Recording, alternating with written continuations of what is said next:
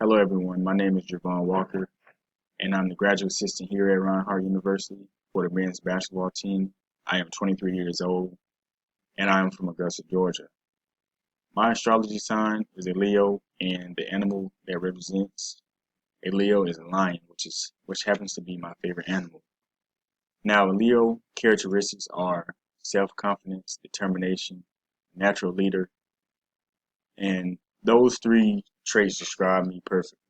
Um, I am the youngest out of two boys.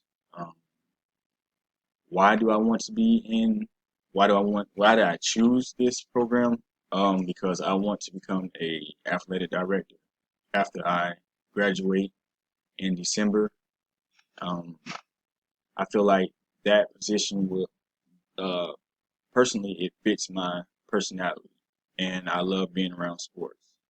So that's why I chose to be an athletic director. I want to be an athletic director on the collegiate level, and that's pretty much all about me.